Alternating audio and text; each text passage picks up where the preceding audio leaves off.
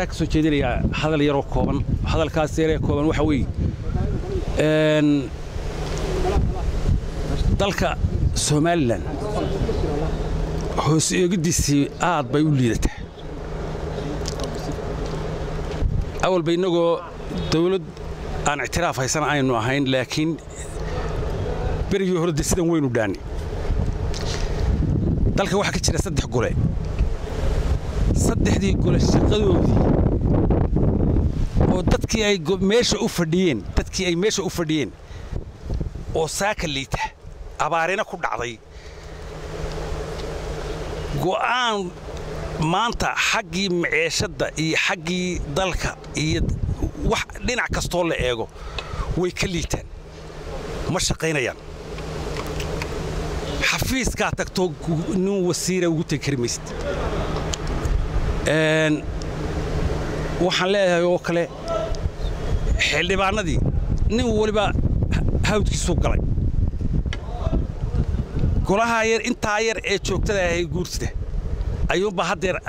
dalkii dhex ordisa marka sida tan anigu waan la yaabay subax walba sixir barar baa sii kordhaya subaxii alla soo goodo dawladdu waa tii madaxweynuhu soo jeediyay waxba lagama qaban digreetu soo saaro istaana waxba lagama qaban haddana waxaan leeyahay war dalkii sida tayaan lagu eeganay dalkii waa la dayacay indha dheer loo yeesho aniga kulli intaasaan ku koobayaa hadalka والسلام عليكم ورحمة الله وبركاته. أنا وحبان وكرم ماي. سحر برك واحد كم مسؤولة. مرة دم مدحوينه تلك كله واقع سحر إنه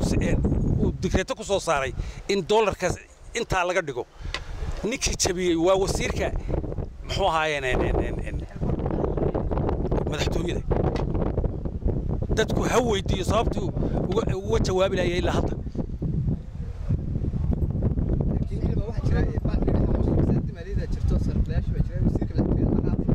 war banka malacag baa la geeyay waxba lama geyn banku cidlu taagay wasiirka maaliyadda dalka haysta sixir bararkana waa ka kow tan Itoobiya waa ka kow ما قرأت وحاسو دل وكسو فتحين دلك marka inaga baa curyaameen dalkii xilbaanada dad soo doorteen baa tineed dadkan wasaaradda maaliyadda iyo dadkan sheegaysan oo tagteen kala hadasheen tirada saxaafadda soo hadii loo yeero waba si carrayaan waxaad xukuumadda markaa ku baaqaysaa waxaan ugu baaqaynaa xukuumaddu